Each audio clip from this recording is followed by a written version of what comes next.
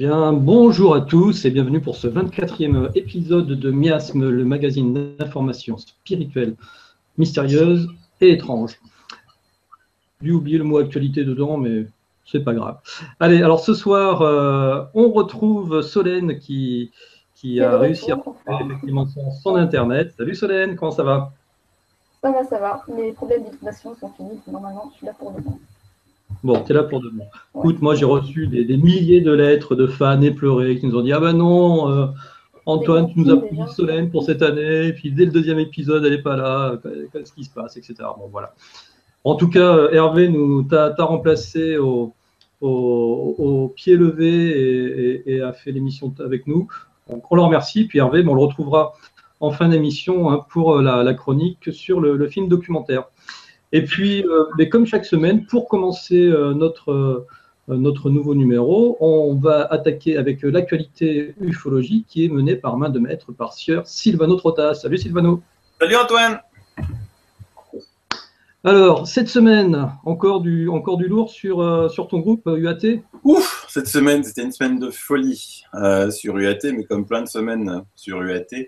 D'abord, un petit flashback sur ma chronique SpaceX que je vous avais faite il y a 2 semaines. Tout à fait. On a eu des nouvelles en direct de monsieur Elon Musk lui-même, le patron emblématique de SpaceX et de Tesla, pour ceux qui ne le savent pas, qui évoque lui-même, et ça, pour un patron de cet acabit, c'est assez rare pour le souligner, la possibilité d'un ovni.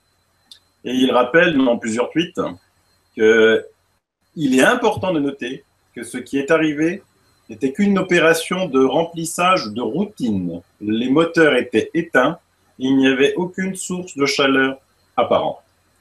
Donc notre ami Chris Esson, qui a fait l'analyse fantastique mathématique, a remis son rapport à SpaceX. Mais par contre, alors en France, quelle surprise de voir les sites ufologiques français se moquer en voulant faire croire à un oiseau. Un oiseau, il y en a même un qui a trouvé le nom de cet oiseau, que ça serait cet oiseau, là, je ne sais plus lequel.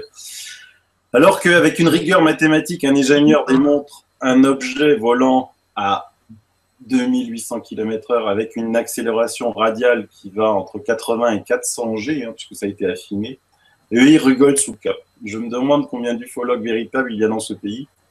Il est évident que ce n'est pas avec de tels personnages que l'ufologie va progresser. Je te donnerai, Antoine, l'analyse finale de Chris pour que tu puisses la mettre dans les notes de l'émission. Tu mettras en plus pour le YouTube. C'est un travail remarquable, ne souffrant d'aucune contestation possible, qui peut être vérifié. Évidemment, un certain niveau de mathématiques est requis, mais si on veut faire de l'ufologie une science exacte, à un moment, il faut aussi s'appuyer sur des sciences comme les mathématiques. Il a simplifié au maximum, mais il faut quand même un certain niveau. Je pense que UAT est un des rares groupes à avoir soutenu cette analyse sans faille depuis le début. C'est bien triste.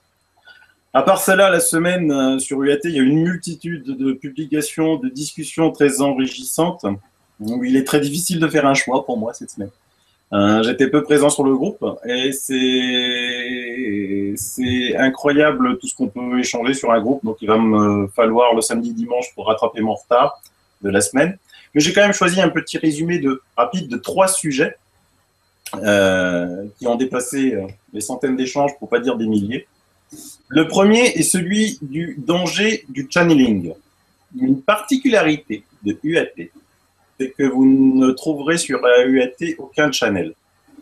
Des types qui disent être en communication avec des êtres intergalactiques qui sont là pour nous éveiller, nous enseigner et qui profitent à la suite pour vendre des livres, remplir des salles ou vendre des produits censés favoriser cet éveil.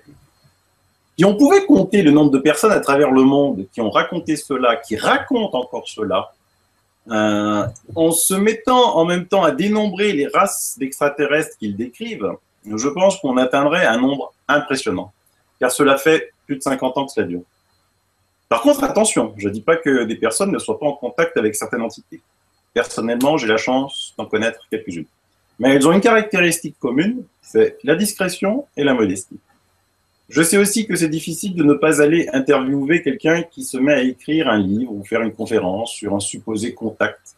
Mais on est en 2016. Un outil extraordinaire avec Internet nous est offert pour cesser de répéter les mêmes erreurs. Reprenons l'histoire des channeling pour s'apercevoir de l'inutilité de ceci. Claude Vorillon et ses Raéliens. Cela date de 1973, soit quoi, 43 ans. Mais qu'avons-nous appris depuis? Marshall Fian Somers et ses alliés de l'humanité, de 1982. Et depuis, cela explose. Il y en a plusieurs par an dans tous les pays. Sans parler ensuite des prophéties de fin du monde qui arrivent et qui sont récurrentes. Je t'ai envoyé un texte là. Ouais, on en a une petite là avec nous de prophétie du fin du monde. Alors je suis vraiment désolé parce que si pour le coup cette prophétie elle s'avère exacte, eh bien vous n'aurez même pas la chance de voir cette chronique parce que ça se passe le 25 sorti de l'épisode de Miasme. Donc voilà, un astéroïde va tomber sur la Terre aux alentours du 25 septembre. Voilà ce qui arrive de partout, c'est des choses comme ça qui nuisent énormément à l'ufologie, parce que là aussi, comme pour les channelings, si on reprend toutes les fins du monde qui ont été prédites, sans parler de la fin du monde en 2000, le fameux 21 décembre 2012, après, ça nuit à l'ufologie et les gens n'ont pas tendance à y croire, quoi, en se disant, mais attends, c'est qui, c'est rigolo, quoi. Et c'est ça qui est dommage. Donc, le problème, c'est qu'ils sont invités sur des web TV, des groupes UFO, etc., etc. On leur donne la parole. Mais ne peut-on pas déduire que si les anciens Chanel nous ont raconté des conneries depuis 50 ans, qu'il y a de fortes probabilités que ceux actuels en fassent de même et donner un petit peu plus la parole à des gens qui ne se disent pas Chanel et amener vraiment l'ufologie vers là où elle devrait être une véritable science. Écoute, avant de passer au sujet suivant, Sylvano, je te propose juste de poser la question à Solène pour voir ce qu'elle en pense. Solène, toi, c'est quoi ton avis sur les channeling, sur effectivement ces personnes qui communiquent avec ces aides galactiques et puis qui ensuite le transmettent sur un fond d'argent? C'est surtout ça que tu dénonces, hein, Sylvano. Bah, le problème, c'est que là-dedans, il y a quand même beaucoup, ils en font juste un business, on va pas se mentir. Hein. Et je pense pour les personnes, du coup, qui sont un petit peu plus, pas très au courant de tout cet univers-là, ça décrédibilise beaucoup quand même tout le mouvement. Quoi. Donc, ce qui est difficile, finalement, c'est de pouvoir séparer le bon grain de livret et Après, les deux peuvent aller ensemble, mais vu qu'il y en a quand même beaucoup qui en font du business avec. Ok. Alors, on va continuer sur le deuxième sujet que tu as pris, Sylvano. Et puis après, on va accueillir Pascal Fechner qui vient de nous rejoindre. Ouais, mais là, je vais aller très vite parce qu'il ne faut pas faire attendre Pascal. Alors, le deuxième sujet qui a explosé, mais celui-là, il est récurrent, c'est la Terre plate. Donc, sur ce sujet-là, je ferai un focus sur ce thème une prochaine fois, parce que ça faut prendre du temps. Il faut bien comprendre ce que cache ce phénomène de Terre plate. Il ne faut pas penser qu'à un côté, il y a des idiots illuminés qui vont penser que la Terre, elle est plate et qu'elle est suspendue à rien du tout, et des autres côtés, des gens super intelligents qui se moquent allègrement. Les discussions sur l'IAT sont très souvent, heureusement, passionnantes, parce qu'on supprime allègrement tous les grossiers personnages et tous ceux qui sont... moqueur sans avancer théorie. Mais le problème de la Terre plate vient du fait que la NASA nous ment, c'était quelque chose que l'on sait. Il n'y a pas beaucoup d'images réelles de la Terre. On le sait aussi grâce au fantastique reportage de Rock Soccer sur la conquête spatiale. Donc, de grâce, ne pensez pas que c'est un sujet aussi simple que ça. Enfin, on en fera un sujet complet, effectivement, ça mérite d'y passer un bon moment dessus. Enfin, un membre du groupe a posté une photo que je t'ai envoyée. Ah ben oui, celle-ci, on va la partager. Elle est très... Moi, je l'aime bien. La légende disait « J'espère ne pas me faire virer, mais c'est ce que je pense. » Voilà. Et donc, c'est un sujet passionnant qui amène Pascal Fechner, mon invité, avec la fantastique conférence qu'il organise avec Bleuette Dio, Fabrice Blanchin et Gilbert Attard.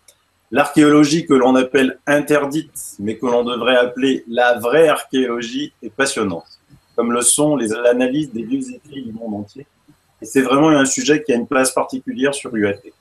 Et qui est navrant de constater, c'est la place si peu importante que ce sujet prend dans les médias.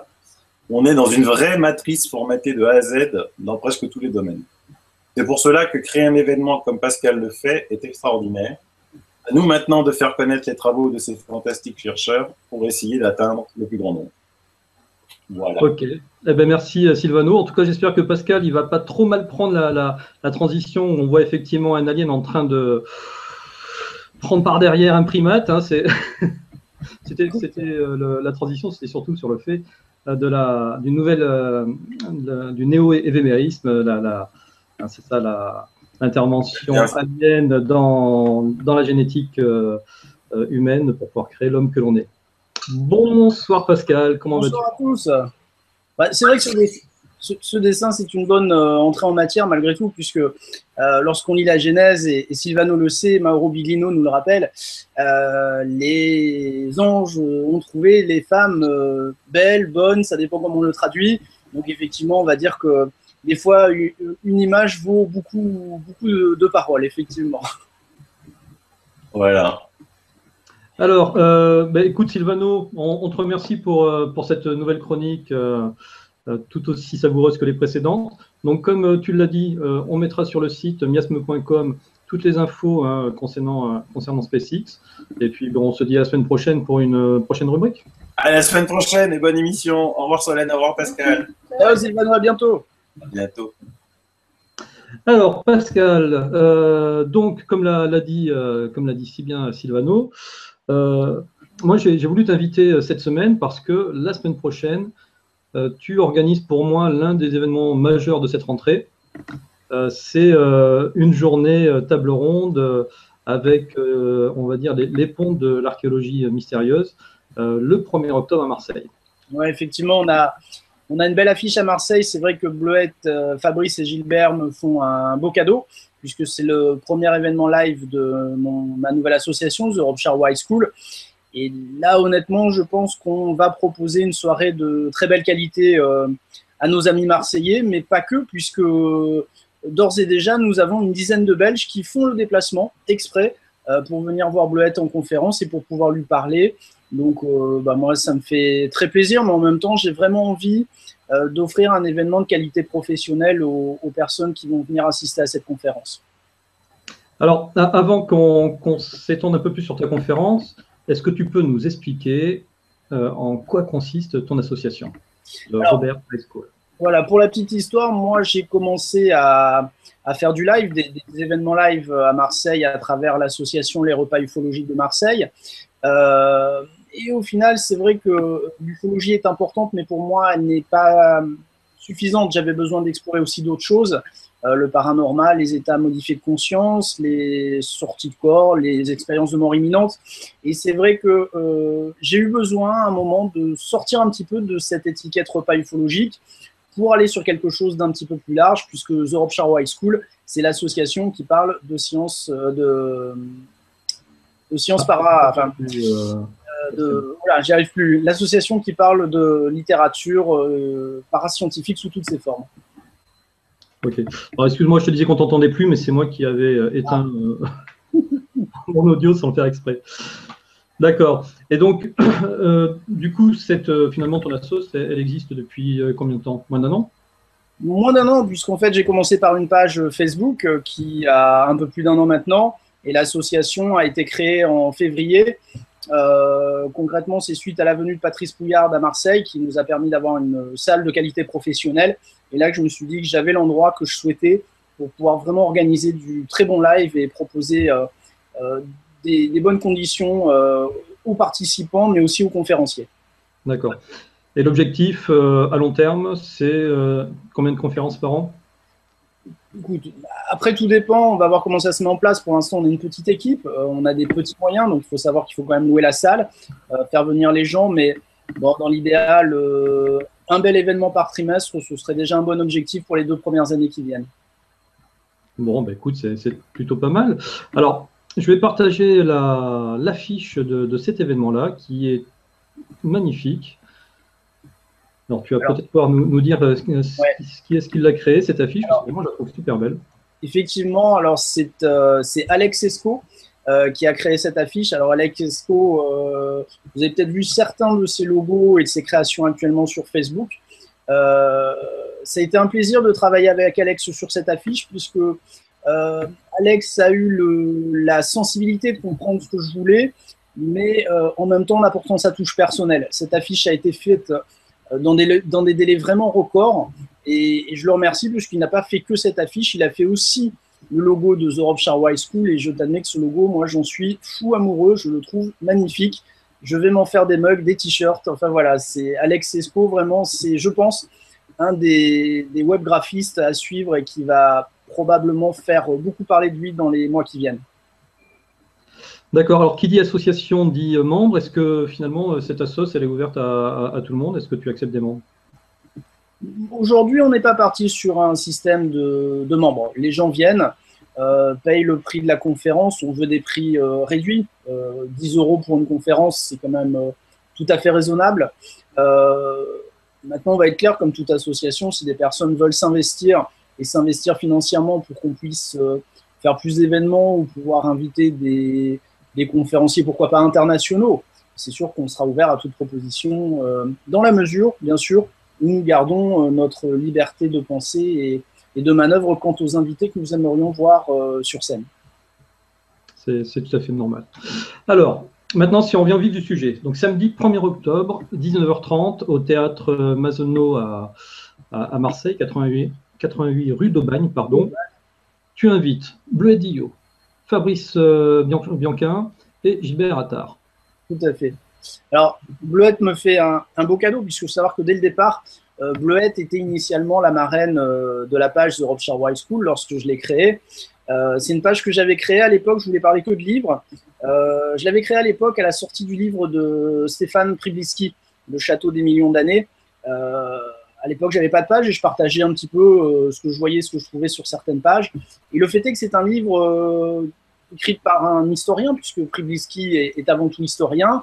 Et il avait fait un roman avec une espèce d'Indiana Jones au pays des nazis. Et c'est vrai que la pochette du livre exposait une croix gammée en assez gros. Et la réaction n'avait pas été bonne. Je m'étais fait sortir de quelques pages, comme si Pribliski ou moi-même faisions l'apologie du nazisme, ce qui n'était pas du tout le cas. C'est à ce moment-là que je me suis dit qu'il fallait peut-être que je me crée mon propre espace de communication. Et Bleuette, avec qui nous avions fait une conférence à Marseille, a tout de suite accepté d'être la marraine de cette page. Et je suis d'autant plus content que le premier événement live se passe avec elle.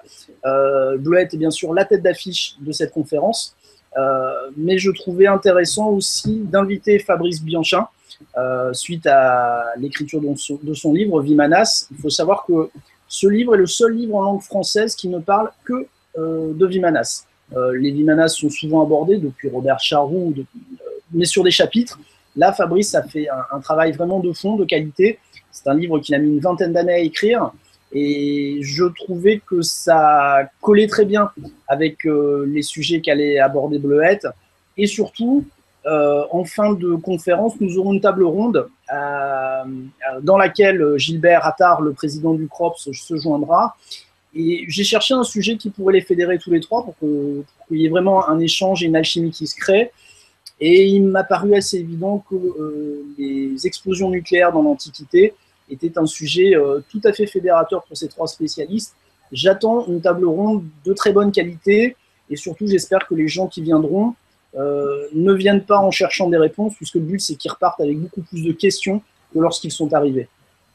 Alors là, pour le coup, je pense que tu vas faire plaisir à énormément de personnes qui avaient été voir la conférence de Bleuette chez Bob sur, ça devait être le deuxième salon de l'Inexpliqué. Non, le premier, pardon. Le premier à Paris, où logiquement le thème c'était effectivement les explosions nucléaires dans l'Antiquité. Et puis elle avait à peine commencé son exposé, qu'il y a eu des questions dans la salle, et puis finalement son exposé, sa conférence avait dérivé sur toute autre chose, entre autres les fameux temples de Goblet. Ouais, voilà, Goblet. Passionnant. Voilà, à chaque fois, mais passionnant. Impossible à dire. Tout à fait. Donc, du coup, voilà, on va pouvoir avoir une vraie conférence avec Bleuette, et donc Gilbert et Fabrice. Voilà. Pour des conditions professionnelles, puisque là, c'est un théâtre professionnel, hein, donc une scène, un écran, des micros, des vrais sièges, hein, c'est pas des sièges de jardin, donc bon, il faudra essayer de ne pas s'endormir non plus pendant les conférences, parce que c'est un peu trop confortable des fois, mais je pense que les sujets sont quand même assez étrange et assez dérangeant quelque part pour que le public soit vraiment captivé et soit vraiment très intéressé pendant toute la soirée. Alors, la question que tout le monde se pose, parce que malheureusement, Marseille, c'est un peu l'autre bout de la France pour ceux qui sont dans le Nord. Solène, je crois que tu me diras pas là-dessus, même si toi, tu étais en Bretagne. Comment est-ce que, alors c'est pas comment, c'est est-ce que vous comptez mettre en ligne, même en vidéo payante sur Vimeo par exemple, les conférences pour qu'on puisse y participer? C'est une vraie question, c'est un vrai débat. J'y apporterai 2 réponses. Aujourd'hui, il n'est pas prévu que nous filmions cette conférence, d'une part parce que nous n'en avons pas les moyens techniques, encore que certains groupes se soient proposés. Ce que je vais dire, je vais avoir un langage de banquier, puisque je suis banquier. Il faut savoir que c'est un événement avec des moyens professionnels, donc c'est un événement qui nécessite un investissement de départ, c'est-à-dire une location de salle, puisque un théâtre, ça se loue, hein, ça ne se prête pas. Concrètement, aujourd'hui, on va dire les choses, j'ai pas les moyens de mettre une vidéo en ligne gratuite pour que les gens se disent, bon, bah, j'ai pas besoin de me déplacer, j'attendrai tranquillement que la vidéo soit en ligne sur YouTube dans 1 ou 2 mois. C'est bien pour ça que j'ai précisé vidéo sur Vimeo payante. Parce que, effectivement, pour moi, il est logique à un moment donné que quand il y a d'investissement, il y ait au moins un retour sur les frais, même si ce n'est pas fait pour gagner de l'argent, et au moins que voilà, les gens qui ne peuvent pas se déplacer puissent participer et participer aussi financièrement. Alors, j'aborderai aussi quand même, enfin, quand j'explique aussi une autre façon. Il faut savoir que nous créons cette association à Marseille pour justement voir des événements qui n'existent pas aujourd'hui. Donc moi, j'ai envie de dire aux gens qui écoutent, qui ont envie de voir Bleuette, qui ont envie de voir Fabrice, qui ont envie de voir Pouillard, qui ont envie de voir plein de gens très intéressants, bah, écoutez les gars, n'attendez plus, créez vous-même l'événement, soyez acteurs de votre vie. Vous avez bien des amis autour de vous qui sont passionnés comme vous. Renseignez-vous, faites des démarches, même faites des repas pour commencer, pourquoi pas, pour vous faire la main. Mais je crois qu'aujourd'hui, il faut un peu sortir de cette attitude attentiste. C'est bien YouTube, mais je peux vous le dire, pour l'avoir vécu depuis 2 ans, rien n'est meilleur que le live, rien n'est meilleur que d'avoir des contacts avec les conférenciers, de discuter avec eux hors conférence, de voir les gens qui viennent vous voir en disant c'est super d'avoir créé ça. Moi, j'ai envie de vous dire, tentez le coup. Vous allez voir, c'est assez valorisant et c'est des belles aventures humaines. Ok. En tout cas, donc, ça se passe le 1er octobre à Marseille. Est-ce que tu as autre chose à rajouter, au moins sur cet événement?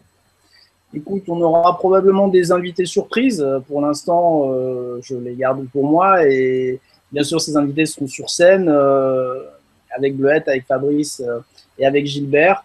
Voilà, venez nombreux, n'attendez pas la vidéo, soyez acteurs. Venez sentir le souffle du dragon en live, hein, puisque c'est un petit peu ça.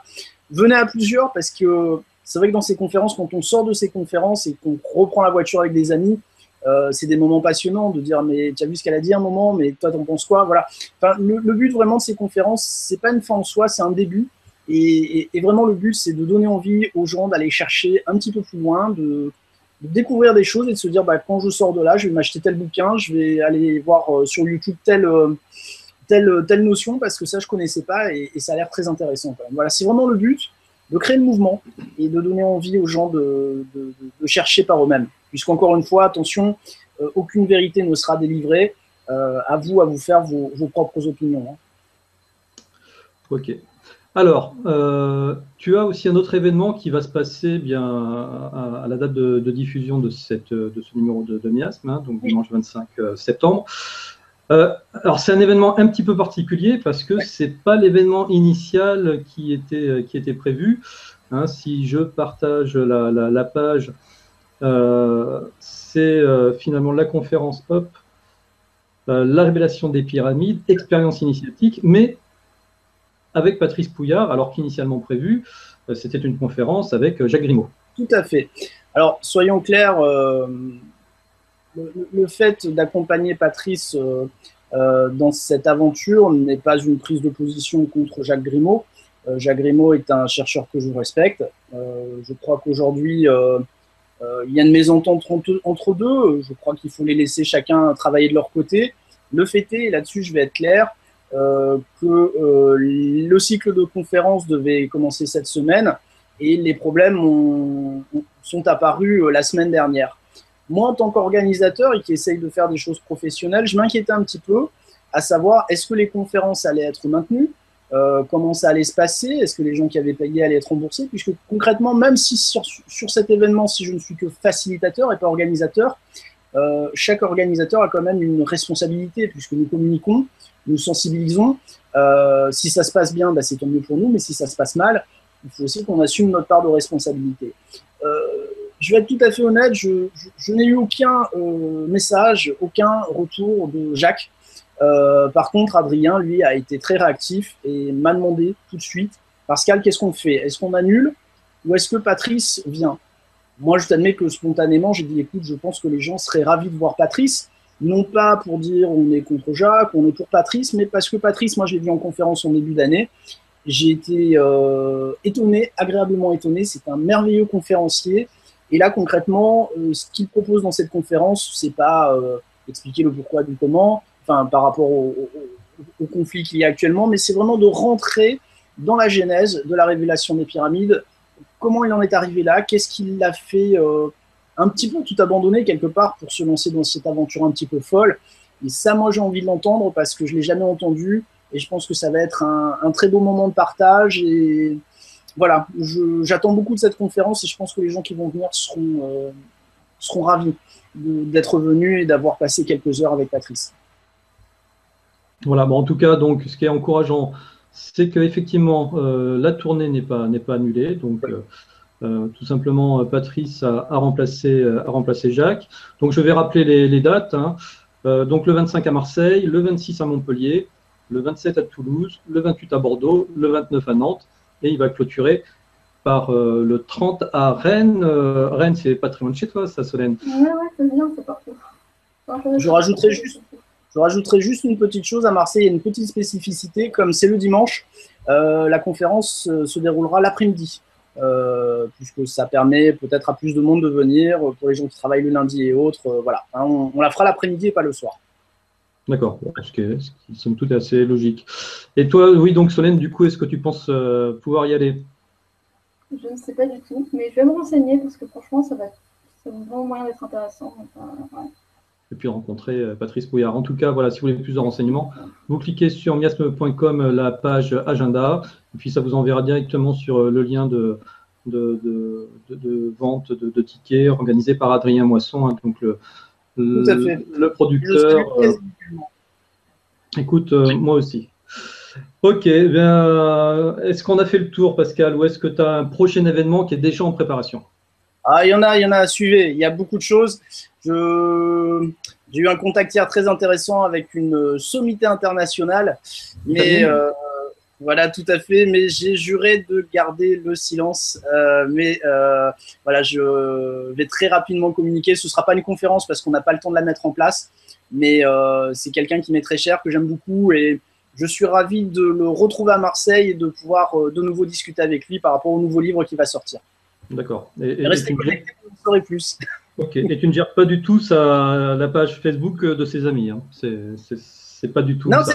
C'est pas lui. C'est vrai? Ah, d'accord. Du côté de l'Atlantique, lui. Mais si on parle de Mauro, je lâche pas l'affaire et j'espère l'inviter un jour à Marseille. Ce sera vraiment un grand plaisir et un très grand honneur de rencontrer ce monsieur. D'accord. Pour le coup, effectivement, c'est une vraie surprise. Je pensais que tu parlais de Mauro. Eh bien, on va guetter. Voilà. On va guetter ce que tu fais. Ok, bah écoute Pascal, en tout cas on a été ravis de t'avoir parmi nous. Merci beaucoup. Alors Bleuette devait se joindre à nous et puis bon, on a eu des problèmes techniques. Peut-être qu'on l'aura la semaine prochaine, comme ça elle pourra nous dire comment ça s'est passé. Puis en plus elle a une actualité qui est assez riche d'ici la fin d'année. À très bientôt. À très bientôt Pascal. À très bientôt, ouais. Allez, salut. Alors, Solène, enfin seule. Qu'est-ce qui nous reste au niveau de l'actu, de l'agenda? Il me semble qu'il reste encore une actu que l'on n'a pas. J'étais en train de penser, je crois qu'il en reste qu'une, non? Ouais, c'est le forum planétaire. Allez, je vais essayer de partager. Hop, si tu veux en parler. c'est celui-ci, le forum planétaire, alors qui se passe pour le coup en même temps que l'événement de Pascal. Oui, en même temps, ça peut faire... Donc, c'est ça. D'accord. Donc, alors, il y en a un dimanche et il y en a un deuxième événement, c'est le samedi 1er octobre. Est-ce que tu peux nous en dire plus? Donc, le samedi 1er octobre, vous pourrez faire différentes activités. On pourra avoir de la libération des cuirasses, du yoga traditionnel avec Stèle de Fèvre, pour ceux qui connaissent. Également à 13h30, à l'écoute des cristaux avec Luzarello. À 12h30, un repas partagé. À 14h, le chamanisme avec Ursula Jaworski. À 15h, la parapsychologie avec Claude Lefebvre. À 16h, chant harmonique avec Rose Clémenceau. À 17h, guide de lumière et ange gardien avec Flouri. Et enfin, à 18h, pour finir cette journée, méditation avec Combal. Donc, pour ceux qui connaissent, vous avez vraiment le choix. Ouais, voilà, c'est un programme vraiment bien chargé. Moi, ce que je vous propose, c'est de regarder, ils ont fait une petite vidéo. Allez, on va regarder la vidéo. Dimanche 25 septembre et samedi 1er octobre, 2 journées exceptionnelles pour rencontrer les intervenants des ateliers planétaires. Ils vous présenteront leurs pratiques et seront disponibles pour répondre à vos questions lors de ce forum planétaire les 25 et 1er octobre. Tout le monde est le bienvenu. Venez nombreux car le premier essai des ateliers est gratuit. Vous pourrez donc vous faire une idée précise des ateliers et formations que vous souhaitez. 2 journées exceptionnelles pour vous présenter des ateliers comme le Qigong, le Reiki, les jardins inspirés, la géobiologie, bioénergie, la pleine conscience, la lithothérapie, la numérologie, la MLC, le yoga traditionnel, le chamanisme, la parapsychologie, le chant harmonique, la méditation et bien d'autres surprises. Nous vous attendons donc nombreux le dimanche 25 septembre et le samedi 1er octobre à la Salle des Ors, 26 rue Magnard. Donc voilà, alors ça se passe donc à Romance, dans le 26, et donc c'est soit dimanche 25, soit le samedi 1er octobre. Donc voilà c'est ce qui conclut notre agenda culturel de cette semaine. Et je te propose, comme on a interverti un petit peu les chroniques, je te propose de passer directement sur la page du programme TV de la semaine. Je vais partager donc la page de miasme.com où vous retrouvez donc chaque semaine en allant sur l'onglet Programme TV 2016. Là, on va attaquer la semaine du 26 septembre au 2 octobre, la revue de presse de cette semaine-là. Alors, elle n'est pas forcément complète. Au moment où on enregistre, il nous manque encore un certain nombre d'émissions. Donc, n'hésitez pas à aller sur miasme.com régulièrement pour retrouver le programme chaque semaine. Ou alors aussi sur Facebook. Vous avez le groupe programme Web TV de Miasme. Voilà. Alors, je te propose, vu que le lundi, on n'a pas d'émission, d'attaquer directement au mardi avec l'émission de José Robichaud, que l'on a accueilli ici déjà l'année dernière, la saison dernière, le 27/9 à 19h30 sur CTVM TV. Alors, est-ce que la musique de l'âme, tu sais de quoi ça parle? Mais c'est pas ce que tu avais déjà fait, toi, par contre. Ouais, c'est tout à fait ça. C'est ça. Alors, de quoi ça parle? C'était une bonne question. Est-ce que notre âme aurait une musique? Alors, pour rappel, donc, José est prof de musique, elle est québécoise. Et lorsqu'elle voit les gens, elle a... la musique, c'est une sorte de médium en fait, mais de médium musical, c'est-à-dire qu'au lieu de ressentir les gens, elle va ressentir la musique qui va vibrer avec leur âme, elle va pouvoir la retranscrire en la chantant, ça tombe bien les profs, et logiquement les gens en réécoutant cette musique peuvent guérir leur âme et l'améliorer, voilà. Et effectivement, elle avait une mission... elle avait trouvé une musique pour l'émission et une musique aussi pour moi, qui était une musique médiévale. Voilà, donc très très bonne intervenante que je vous conseille. C'est sur CTVM TV. L'émission suivante, ah ben oui, alors là pour le coup, c'est chez Nora, le 27 septembre. Là, Nora, elle fait fort, hein, faut l'avouer. Elle fait à 20h, elle invite Jacques Grimaud, et pour ne pas faire de jaloux, à 22h, elle invite Patrice Pouillard. C'est incroyable. C'est super. Alors, effectivement, pour ceux qui n'auraient pas suivi, et je pense que vous n'êtes pas nombreux à ne pas avoir suivi, donc il y a eu un clash, hein, très clairement, entre Patrice et Jacques pour des histoires très certainement d'ego, peut-être pour des histoires de pognon, peut-être pour des histoires de point de vue sur l'orientation des films. Quoi qu'il en soit, on ne va pas revenir sur ce qui s'est passé. Ils sont passés sur BTLV avec Bob pour s'expliquer. Il y a eu des échanges de 2 mails qui sont passés sur Facebook. Donc voilà, tout le monde est au courant de ce qui se passe.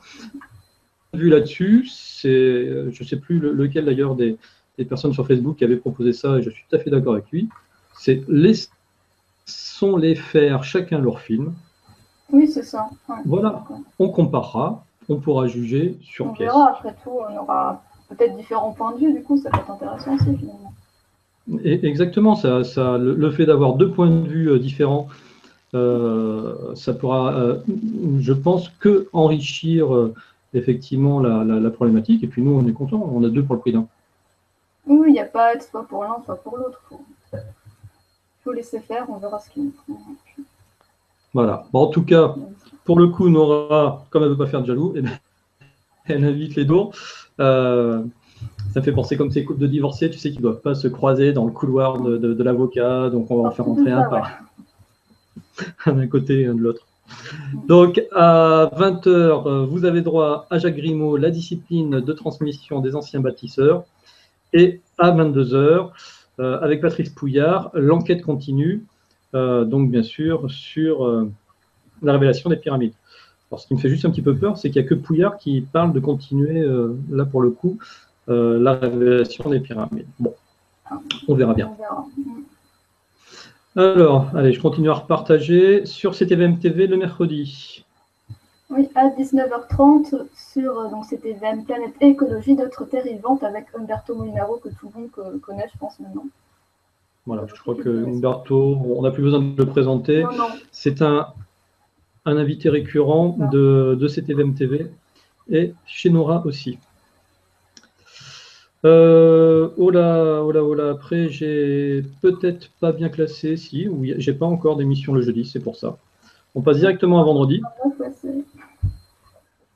C'est notre ami Marc Gray. Voilà, alors, Marc Gray qui, pour le coup, passe un vendredi dans Ufologie et Secrets Historiques. C'est bizarre, parce que logiquement, c'était le jeudi plutôt. Oui, c'est ça, c'est en train de alors, c'est moi qui me suis trompé sur les dates. Ouais, le 29, c'est jeudi. Ouais, voilà. Ok, c'est moi qui me suis trompé sur les dates. Donc, il passe jeudi 29 à 21h, les secrets de la visualisation à distance, le remote viewing. Est-ce que tu sais ce que c'est que le remote viewing, Solène? Mais je ne pourrais pas t'en dire plus. On a eu un invité sur une des chaînes sur Rencontreurs du commun, donc avec Michel Genovese, qui est le remote viewer, en tout cas le plus connu en France, hein, avec lequel d'ailleurs on est censé faire une émission dès le mois d'octobre. On devait commencer en septembre et puis elle a été reportée au mois d'octobre. Donc le premier tournage, logiquement, c'est la semaine prochaine. Et donc Marc a invité d'ailleurs Michel Genovese à son dernier dîner OVNI à Rouen. Il va bientôt y avoir en ligne la vidéo de ce dîner OVNI. Il lui a soumis un certain nombre de cas.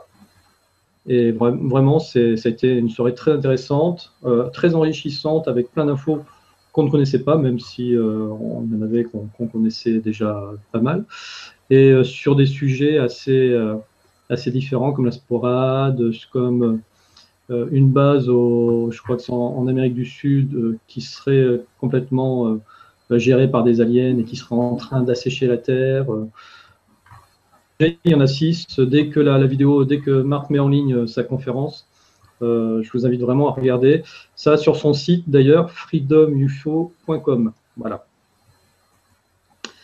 Et puis il va parler, du coup, je pense, des remote viewers, entre autres de Genovese, et puis sûrement de Ligon. Je ne sais plus le nom de l'américain. J'allais dire Ligon Swan, mais je ne crois pas que ce soit ça. Non, ça va me revenir, tant pis. Pour le vendredi 30 septembre, on va attendre qu'Alexis nous rejoigne dans quelques minutes pour parler de Patrice Gouez, Enquête de paranormal. L'émission suivante, le vendredi 30 septembre. Alors ça, c'est j'allais dire, quelqu'un qui vit en Bretagne, Howard Croft, tu dois connaître. Ouais, deux noms simplement, oui. Il habite pas très loin de chez toi. Il a fait une très bonne émission sur Karnak. Au début du mois toujours sur Nurea TV. Et là, voilà, il vient de nous parler du disque de Nebra. Et puis, écoute, on est quasi synchro avec notre ami Alexis Lambin qui vient d'arriver. Salut Alexis. Salut Antoine, salut Solène. Salut. Voilà, parce qu'on venait juste de dire qu'on allait passer cette émission des Sentiers du Réel en attendant que tu arrives. Tu es là. Ben voilà, écoute, aimons ton synchro. Alors Antoine, je voulais te dire bon anniversaire ou joyeux non-anniversaire pour les 500 abonnés de ta chaîne. C'est pas vrai, ça y est, on les a. Mais oui. Attendez, là, il faut vérifier. Allez, on va vérifier ça en direct parce que effectivement. À mon avis, ça fait déjà 20 minutes que c'est. Ah bah, pour tout l'important là. Ah bah oui. Donc, à mon avis, il y a quand même 500. Je crois qu'ils sont déjà là depuis 20 minutes.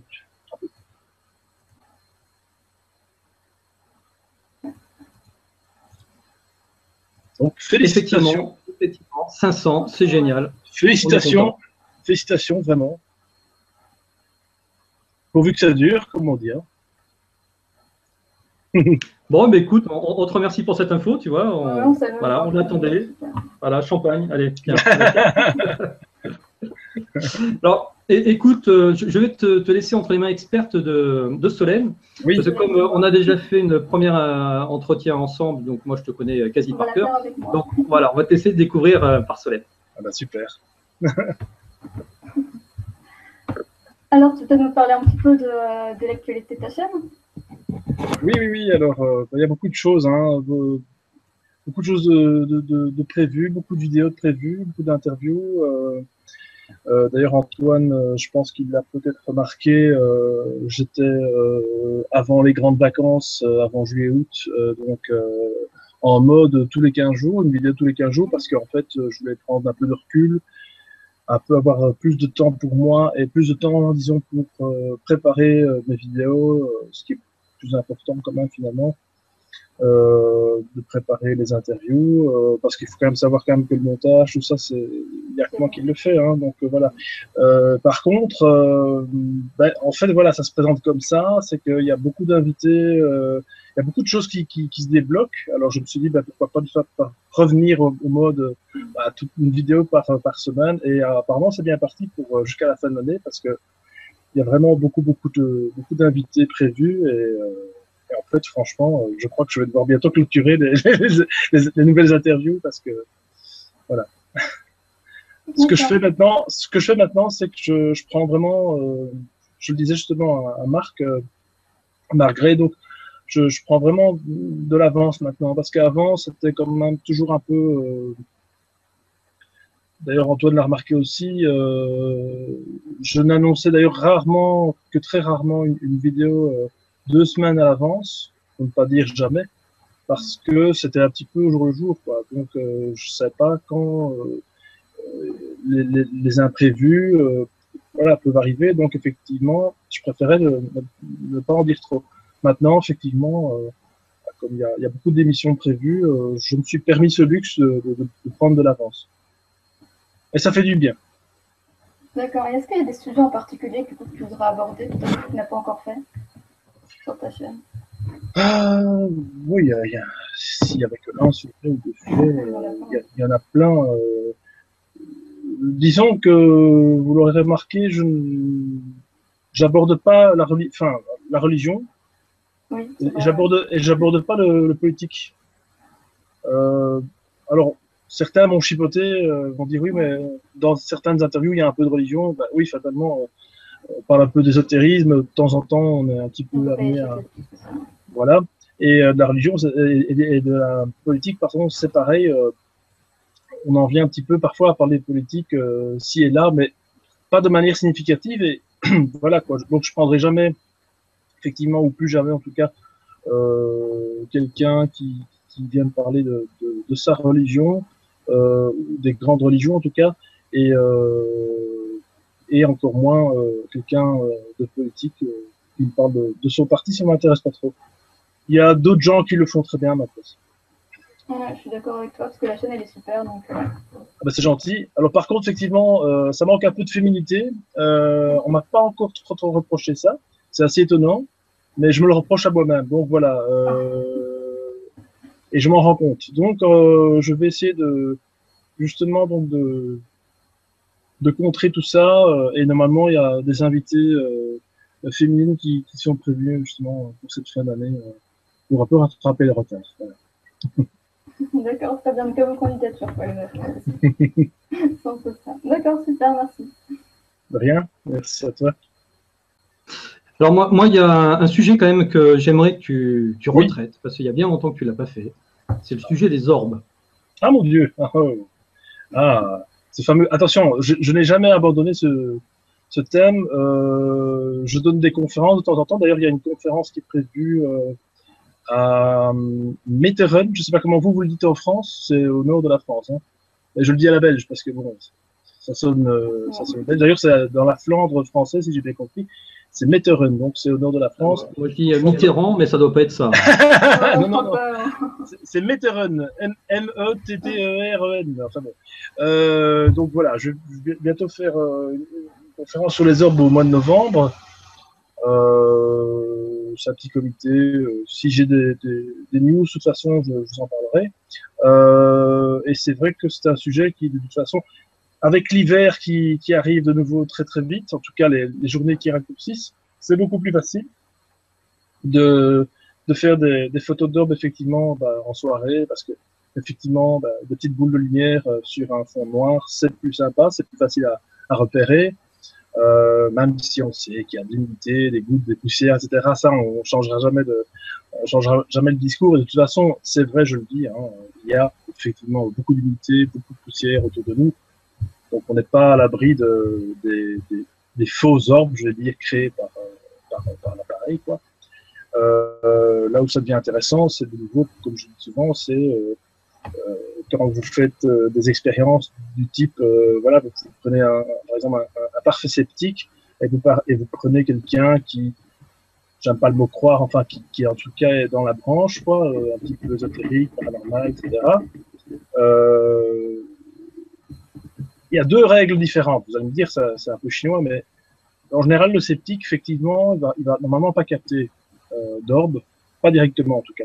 Alors ça, c'est bizarre, parce que quand on me pose la question, est-ce que tout le monde peut en prendre, je dis oui. Seulement, voilà, ça dépend. Il y a apparemment une petite alchimie derrière tout ça, et je me rends compte que l'appareil photo devient l'instrument, sinon pas à l'instar du jeu de tarot pour le tarologue, quoi. Donc c'est apparemment l'appareil devient un petit peu, si vous voulez, magnétisé par rapport à ça. C'est un peu comme ça brosse à dents, quoi. On la prête pas à quelqu'un d'autre. L'appareil photo, voilà, si on en a plusieurs ou si même on n'utilise qu'un appareil, en général c'est un peu le cas, parce que voilà, tel appareil nous a choisi, on a choisi cet appareil-là. Ça peut paraître bizarre, mais parce que bon, ça reste quand même qu'un appareil froid et inerte. Mais ce qui est intéressant, c'est que force est de constater que voilà, sur une petite batterie de test comme ça, sur 10 photos, je veux dire comme ça, un sceptique ou une personne sceptique, voire très rationnel et même limite incrédule complètement, va pas en capter. Par contre, à contrario, j'ai déjà eu aussi des personnes dites plus ésotériques, religieuses, etc. J'aurais pu penser que ça aurait pu plus attirer les orbes, c'est pas le cas. Visiblement non plus. C'est un peu compliqué comme ça à parler sur 5 minutes, mais C'est une question d'énergie un petit peu, quoi. Une question d'énergie, et puis alors il y a une question aussi, je pense, d'instant présent. Ben, c'est exactement comme en ufologie, et ça c'est vraiment le rapport qu'il faut faire avec les orbes, tout en n'étant pas des ovnis, quoique, hein, c'est des ovnis photographiques quelque part, mais il y a un côté très solitaire, j'ai envie de dire, avec les orbes et les ovnis aussi. On se sent très seul parce qu'on est la seule personne à pouvoir capter tel orbe ou tel phénomène sur la photo. Et encore une fois, ben, on est là, on est dans le questionnement, c'est pas quoi. Et après coup, ben, on a envie de montrer la photo ou non, hein, parce que moi, voilà, j'ai gardé une photo secrète pendant plus d'1 an, avec un visage, je vous en parlerai à l'occasion. C'est un visage que j'ai déjà montré dans les conférences souvent. C'est d'ailleurs l'orbe de Tampou que je l'appelle. Et c'est vraiment un cas vraiment de TCI rare, si tu veux, quoi. C'est vraiment inexpliqué. Et ça, quelque part, ça m'a fait du bien de pouvoir le montrer après en conférence, parce que j'ai constaté qu'à chaque fois que je pose la question, qu'est-ce que vous voyez? Parce que je n'induis jamais la réponse, quoique, déjà en lisant qu'est-ce que vous voyez, il y a déjà quelque chose à voir, enfin bon, bref. Souvent les gens me répondent par un visage, voilà. Et donc ça fait du bien, quoi. Parce que là, on se dit effectivement, c'est pas une pareidolie, c'est pas un mirage, c'est pas mon imagination qui travaille, il y a bien quelque chose. Mais voilà, ça, ce cas d'orbe, c'est plutôt assez rare, quoi. Avec des visages, il y en a beaucoup, mais aussi il y a beaucoup de pareidolie, il y a beaucoup d'interprétations. De toute façon, c'est bien simple, hein. Si vous avez 2-3 personnes, il ne faut pas être 10 non plus. Si vous avez 2-3 personnes qui voient des choses différentes, des visages différents, généralement, ça passe pas trop, quoi. C'est intéressant, mais c'est pas évident. C'est pas l'évidence. Voilà, faut chercher. Donc, si on cherche, déjà, je pense qu'il y a une part de... On n'est pas vers la vérité, quoi. Vers une vérité, en tout cas. Bon, en tout cas, on a un petit peu digressé par rapport à ta chaîne, mais comme c'est une émission, je sais que les gens apprécient sur le thème des orbes, voilà. L'appel est lancé, puis tu as vu, dès qu'on te lance d'ailleurs sur le sujet. Hein, ah bah oui. C'est intéressant. Donc, et alors, si, pour finir, si des personnes veulent t'envoyer des photos d'orbes, c'est possible? Oui, bien sûr, absolument. Peuvent m'envoyer ça sur qu'est-ce que je veux dire comme adresse, parce que j'en ai tellement. Ah tiens, tant qu'à faire, FAQ, donc FAQ, FAQ.les.sentiers.du.réel. Mon Dieu, est-ce que tout le monde est là? Donc c'est fac.les.sentiers.du.réel@gmail.com. Je crois qu'on l'avait déjà cité, cette adresse-là. D'accord. Il y a avant les vacances. Oui, les gens peuvent m'envoyer ça et je me ferai plaisir de répondre. Tant bien que mal, hein, parce qu'encore une fois, c'est pas évident, puisqu'il y a un tas de phénomènes autour de ça. Donc voilà. Bon, bien, Alexis, merci pour ton passage. Merci à toi, hein, merci beaucoup, merci pour l'invitation. Voilà. Bonne continuation pour les Sentiers du Réel. Et oui, je te rends l'appareil avec Miasme TV, bravo, hein, en tout cas, encore aujourd'hui. Merci. Et puis voilà, on aura fêté la 500e avec toi. Écoute, merci beaucoup. À bientôt pour la 1000e alors. Ok, à bientôt pour la 1000e. Ciao. Bon, et puis on en profite pour accueillir Hervé. Salut Hervé. Et salut à tous, bonsoir. Salut Solène, salut Antoine. Ça va? Voilà, bon, pour le coup, ce soir, vous êtes là en même temps. On te remercie d'avoir remplacé Solène la semaine dernière pour la sauver de l'inondation. Je t'en prie, c'est normal. Hein. Alors, avant d'attaquer ta rubrique concernant le film documentaire, je vais faire petite 2 minutes sur un magazine qu'on avait présenté la semaine dernière et que j'ai dû couper au montage parce que pour ceux qui ont regardé l'émission jusqu'au bout, à la fin de l'émission, j'ai une interférence entre mon micro et une vidéo que j'ai passée, et du coup, au montage, c'était juste inaudible, donc on a coupé une grosse partie, et entre autres, la partie qui parlait de Oui Demain, voilà, ce magazine trimestriel, qui est un magazine, on va dire, contemporain, sur des sujets d'actualité culturelle, et entre autres, donc on ne va pas tous les repasser, ces sujets, mais il y en avait un, moi, qui m'avait assez intéressé, c'était dans les camps chinois de rééducation pour addicts aux écrans. Parce qu'effectivement, c'est quand même couillon comme mal, mais ça devient un peu le mal du siècle. C'est vrai, c'est vrai. Entre les gens mais qui se font renverser parce qu'ils ont le nez sur leur écran, et ça arrive plus souvent qu'on ne croit. Ceux qui peuvent plus se passer de leur Pokémon Gaga, voilà. Et donc en Chine, il y a des camps vraiment de rééducation, hein, c'est de la rééducation, c'est à la chinoise, voilà.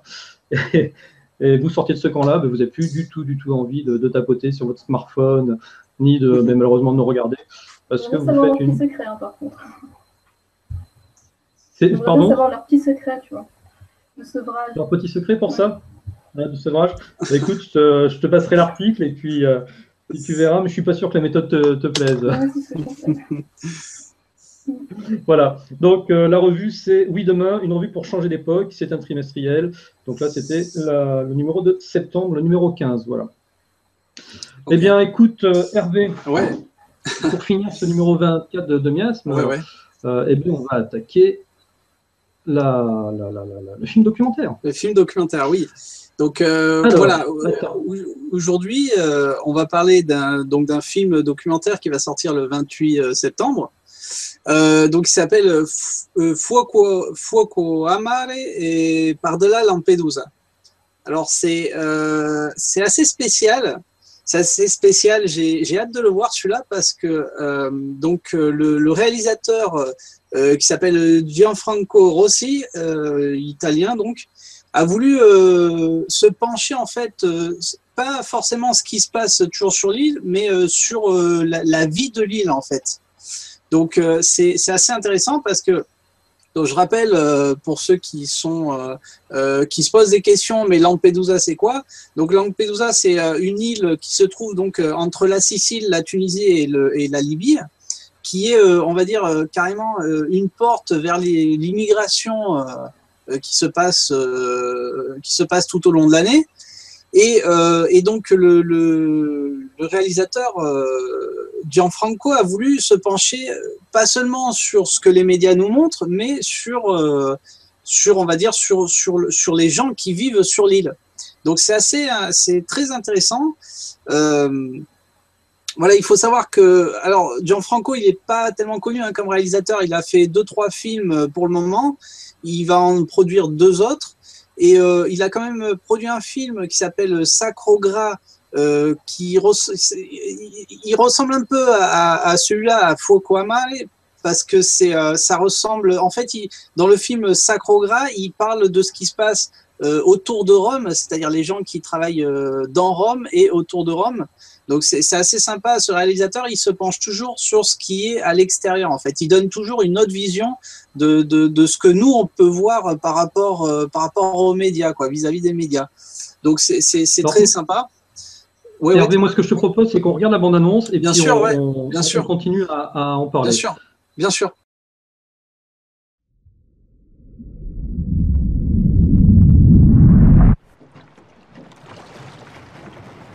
Dai, rema sempre in avanti, eh? Così. Se no, un addevente marinaro, dai, voga. Indusa tutti marinara, sì.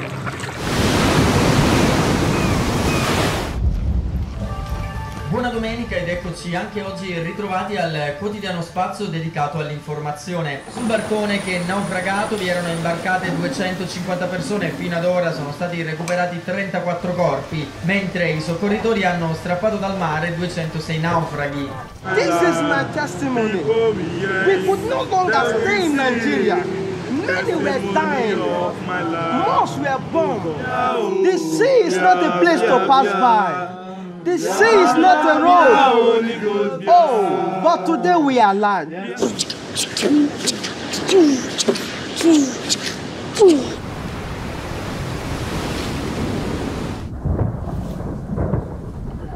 Giorno ci sono. Se conosci le cose, non è che tempo è brutto. How many people?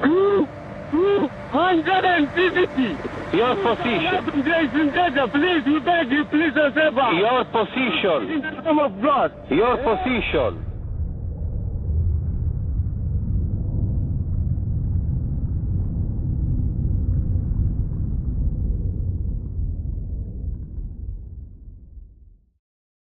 C'est en salle le 28 septembre. Voilà, le film va sortir le 28 septembre. Donc voilà, il faut quand même rappeler, parce que c'est quelque chose de réel, hein, c'est l'île de Lampedusa, il y a quand même pas mal d'immigration à l'année. Donc il faut juste rappeler, c'est des informations qu'on peut trouver sur Wikipédia, mais il faut savoir qu'en 2003, ils étaient quand même 8000 immigrants. Après, en 2007, c'était quand même 31 700, donc ça ne fait que d'augmenter. Et c'est vrai que c'est un problème majeur qui se passe sur l'île Lampedusa. Donc, ce que le réalisateur, en fait, il a passé plusieurs semaines auprès des habitants, donc sans caméra, sans rien, à questionner les gens, à vivre avec les gens, à savoir un peu ce qui se passe. Et puis finalement, c'est une île qui vit, quoi. Il y a des activités, il y a des gens qui vivent, donc c'est très sympa. Et sur l'île, à la base, sur l'île, il y a 6000 habitants. Donc, c'est-à-dire que là, aujourd'hui, c'est 6000 habitants plus 30 000 migrants. Voilà, donc c'est vrai les habitants sont très vite dépassés par ces événements. Alors, Gianfranco explique très bien dans une interview, en fait, que le gouvernement, en fait, a changé la ligne de la frontière. En fait, ils ont mis la frontière un peu plus loin dans les hautes mers pour pas que ça fasse des conflits, en fait, pour pas que ça crée des conflits entre les habitants et les migrants. Et donc du coup, les bateaux des migrants qui arrivent par centaines chaque semaine sont interceptés directement par des bateaux, on va dire des bateaux militaires qui récupèrent ces migrants, qui les soignent et qui les envoient dans d'autres endroits. Donc, le film, bon, ne s'arrête pas que là-dessus. Le film est assez vaste puisque tout ça est vu par rapport à un garçon qui a 12 ans, un docteur, justement, qui s'occupe des migrants, et un DJ local du coin qui s'occupe d'une radio. Donc, c'est vrai que c'est assez sympa. Donc, non, je recommande à tout le monde. C'est un film qui dure 1h49 quand même. Donc c'est long métrage et voilà. Qui a surtout remporté le prix du jury œcuménique de Berlin, l'Ours d'Or de Berlin 2016. Tout à fait. Le prix Amnesty International. Alors pardon, il a remporté l'Ours d'Or de Berlin 2016. Il a remporté le prix du jury œcuménique, qui est un autre prix, le prix Amnesty International, le prix du jury de Berliner Morgenpost. Donc effectivement, c'est sûrement un film qui mérite le détour. Solène, qu'est-ce que tu en penses de ce film-là? Oui, j'avais entendu parler de ce film, j'avais vu la bande-annonce et je pense que j'allais le voir. Ouais, je pense que ça vaut le coup. Je pense que ça vaut le coup parce que oui. Mais après bon, je pense qu'il faut se mettre un peu par rapport à la vision de ce qu'a le réalisateur, hein. Et je pense que c'est un réalisateur qui va monter petit à petit parce que j'ai eu l'occasion de voir la bande-annonce de Sacro Gras. C'est du même genre, en fait. C'est ce qui se passe à Rome mais aux alentours, donc c'est assez sympa. Que quand même, Sacro Gras, il a eu 3 nominations plus un prix, donc c'est un bon réalisateur, voilà. Ok. Voilà. Bon, bah, écoute, très bien. C'est donc sorti mercredi prochain. Faut quoi, moi, par-delà Lampedusa. Je voulais juste en profiter pour dire qu'on avait cité l'émission de notre ami Arcana, qui est passé, Ludovic, hein, qui est passé la semaine dernière. On n'a pas été jusqu'au bout, en définitive, quand Alexis est arrivé. Donc, la semaine prochaine, Ludovic diffusera sur sa chaîne une émission qui mérite le détour, donc qui est sur l'Atlantide, voilà, du mythe à la réalité, sur sa chaîne Les Mystères du Monde. Puis nous, on clôturera bien sûr la semaine avec le numéro 25 de Miasme. On aura aussi le plaisir de te retrouver, Hervé, dans un numéro spécial de Rencontre hors du commun. Voilà. Oui, tout à fait. On va inviter une amie à toi qui est mexicaine, qui est médium, hein, c'est ça, et voilà, tout à fait. La traduction. Ouais. Ça devrait être en ligne aussi la semaine prochaine dans un nouveau numéro de Rencontre hors du commun. Voilà, ok. Mais oui, effectivement, c'est une amie à moi donc, qui, à la base, elle est voyante, mais elle fait, elle travaille les énergies, elle a des dons, elle a des flashs, elle est cartomancienne aussi. Enfin, vraiment, elle fait beaucoup de choses. Elle m'a raconté dans ses expériences qu'elle a même reçu des gens possédés, donc c'est assez incroyable. On va parler de tout ça, mais c'est vrai que c'est assez incroyable tout ce qu'elle sait faire, tous les dons qu'elle a. Et voilà, j'ai voulu l'inviter sur Miasme. Ok, bien impeccable. Écoute, on la retrouvera donc dans Rencontre hors du commun, sûrement en ligne le week-end prochain. En tout cas, je vous remercie à tous et à toutes de nous suivre, de nous encourager, voilà, en cliquant ici ou peut-être là, je ne sais jamais dans quel sens c'est, pour vous abonner à la chaîne. Donc, merci aux 500 abonnés. Continuez à nous encourager. Hein. On n'est pas payé pour faire ça. On le fait avec le cœur. Et c'est ce genre d'encouragement qui nous amène jusqu'au bout. Hervé, je te dis à la semaine prochaine pour une nouvelle chronique. Oui, à la semaine prochaine. Oui, tout à fait. Eh bien, à la semaine prochaine pour toute l'émission. Voilà, peut-être avec un nouveau micro pour qu'on puisse t'entendre jusqu'au bout. Et puis, une bonne semaine. Et puis, à très bientôt pour un numéro 25. Eh bien, à bientôt. Salut tout le monde.